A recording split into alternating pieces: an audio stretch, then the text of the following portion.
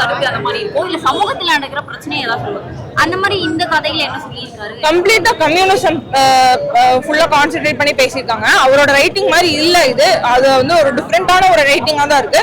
ஆனா அதை ப்ராப்பரா கன்வே பண்ணிருக்காங்கன்னு தான் சொல்லணும்.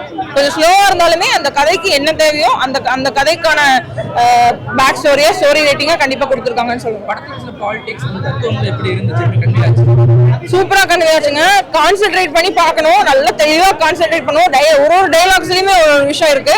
அந்த எல்லா டைலாக்ஸுமே கான்சென்ட்ரேட் பண்ண நல்லா இருக்கும்னு தோணுது. ஒரே ஒரு விஷயம் மட்டும் என்ன மைனஸ்னா, டைலாக்ஸுக்குமே இந்த சென்சார் போர்ட்ல இருந்து ஏதோ பிரச்சனை வந்தனால திருப்பி டப்பிங் ஏதோ பண்ணிருக்காங்க. அவங்க பேசுற டைலாகுக்கும் நம்ம லிப்சிங் வந்து ப்ராப்பரா வரல. த்ரூ அவுட் ஃபிலிம் அது ஏதோ மேஜரா ஹிட் ஆகிற மாதிரி இருக்கு. அது கொஞ்சம் பெட்டரா இன்னும் கொஞ்சம் டைம் எடுத்து ரிலீஸ் டேட் கொஞ்சம் தள்ளி இருந்திருக்கலாமோ அப்படிங்கிற மாதிரி ஒரு ஃபீலிங் இருக்கு. ஏன்னா இதை ப்ராப்பரா ஒர்க் பண்ணியிருந்தாங்கன்னா இதை சூப்பரா கேரி பண்ணி இருந்திருக்கலாம் இந்த படத்தை.